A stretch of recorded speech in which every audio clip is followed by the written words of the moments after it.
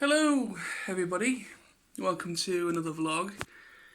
Just before we get too far into this, you can probably tell by the title page that this vlog isn't going to be a nice one.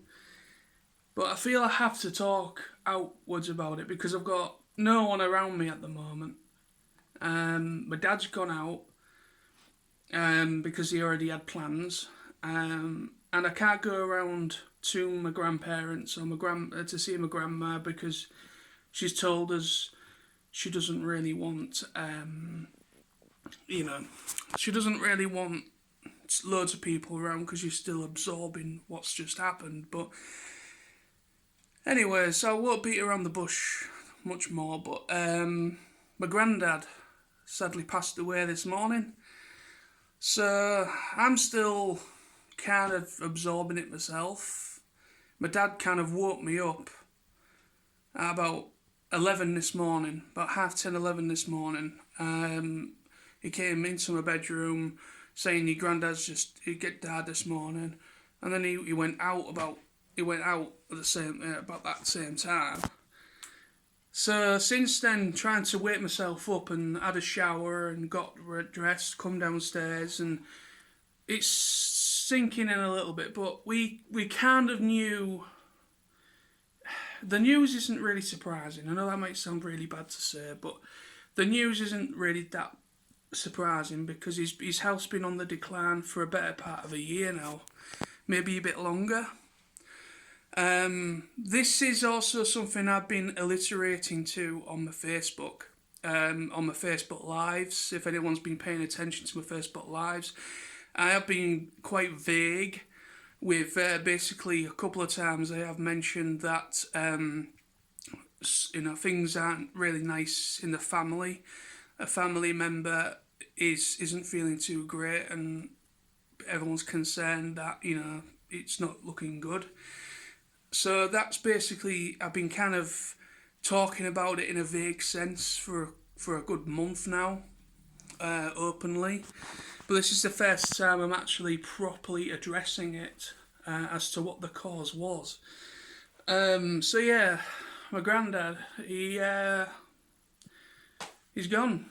Reunited with my mother, with my mum, his parents, and other family members that passed away before him. So I know this might sound really awful to say, but maybe not really. But a nice little family reunion for him, really. If you believe in that kind of thing. I mean, I do believe there is some other plane of existence once we depart this world. This is only a bit of flesh bound together with a spirit, and once that spirit leaves, I do believe that there is something other than that. I mean, obviously, we will never know until our time comes, when our time comes around. But it is what it is. I mean, it's at a time as well where it's during this bloody pandemic. We've been trying to go around and see my granddad. Some people will frown upon this because to stay away from family because of what the fucking government are saying, confusing every fucking thing. Unable to go around to people that aren't in the same household, maximum of 6 and all that BS. So because of all that, and not just because of all that, but he has had a lot of nurses. He's had night nurses keeping an eye on him, so my grandma can actually try and get some sleep. So he's had night nurses around for the past couple of days, or this week. He's for the last two or 3 days that we've been trying to attempt to actually go around and see my granddad.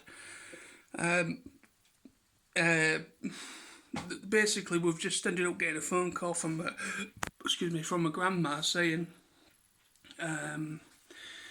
there's just too many people around in the flat. And of course, if there's loads of people in the flat, like nurses, and then you've got my grandma and you've got my auntie that's been going around every day, trying to assist and help my grandma with shopping and things like that.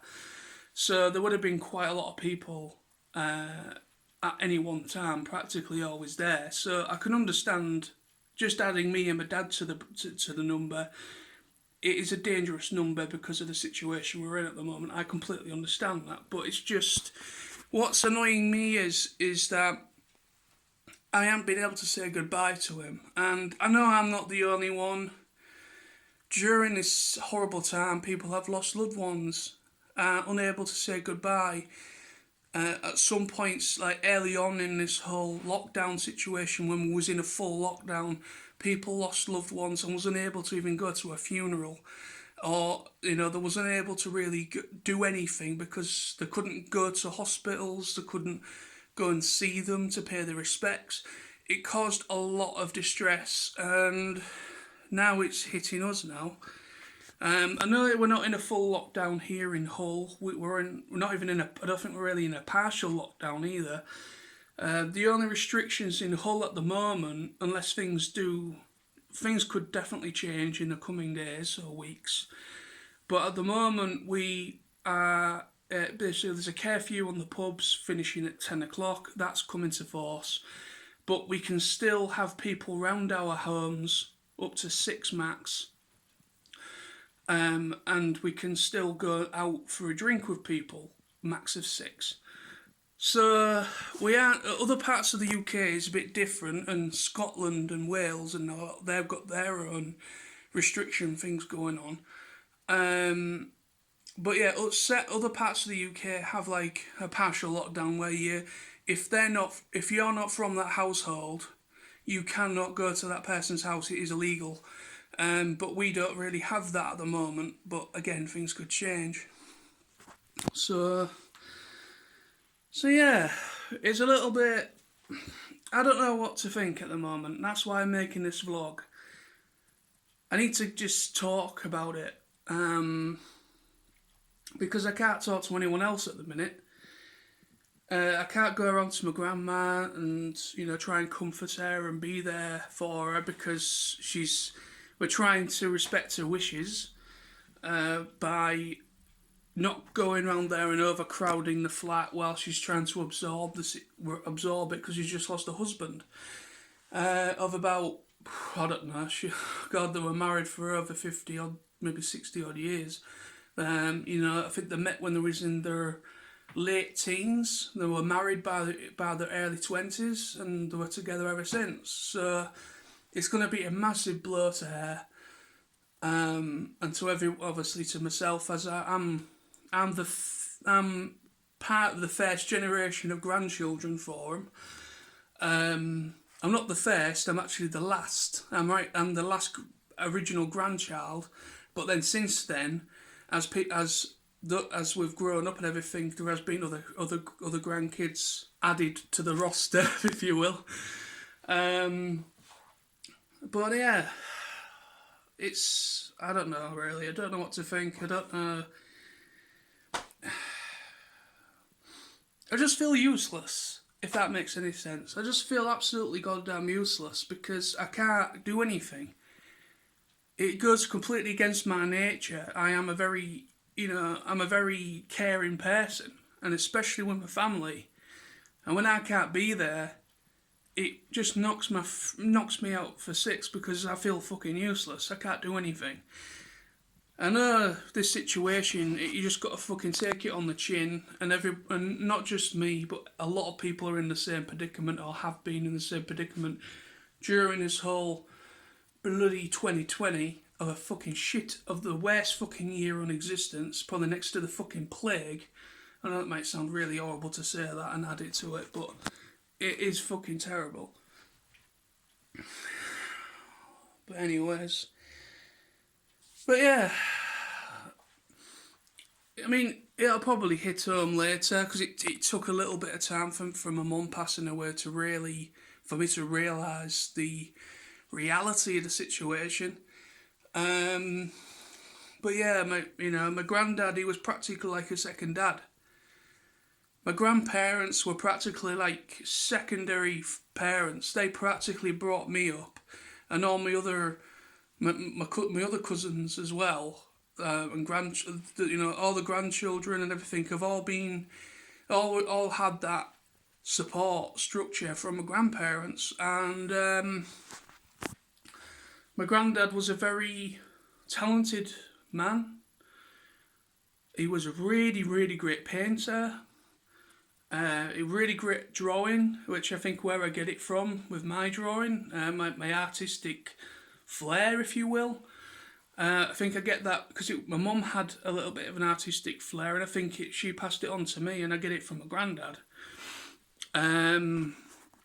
He was a fisherman for a long time.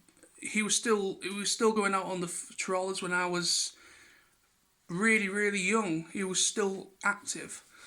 And then he left and went to Smith and Nephews. I think Smith and Nephews.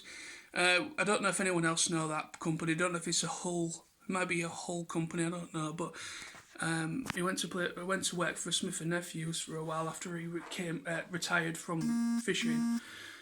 But yeah, he was on a lot of the big, massive trawlers.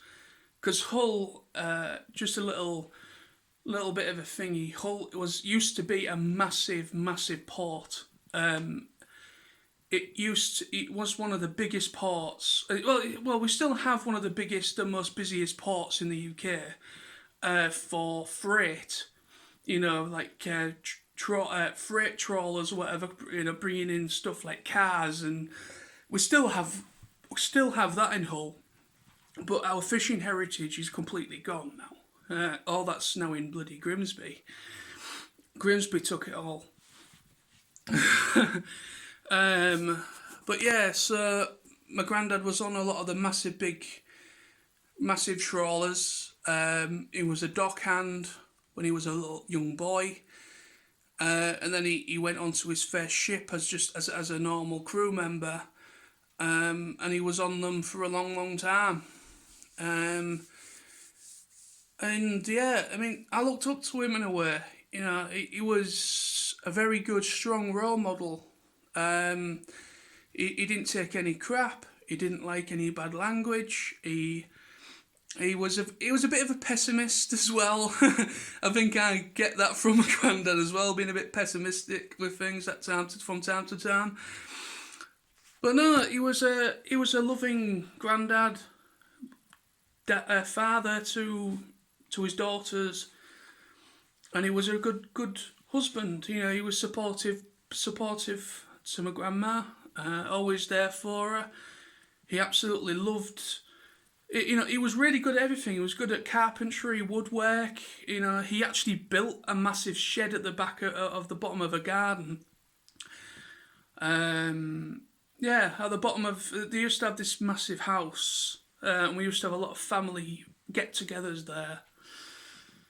And obviously I was quite young at the time. I mean, the last one I think they had, I would have been about 5, maybe about 7 or 8 years old, which was probably the last one we had at that house, and then they stopped doing it, and, you know, then they moved out and went to a flat, because obviously they just couldn't deal with a big house anymore. So, yeah, it's one of those things. Like I said at the beginning, you know, we're not surprised. His health has been on a decline. We think what killed him in the end, what got him in the end, was I think his cancer came back. He had cancer came back twice.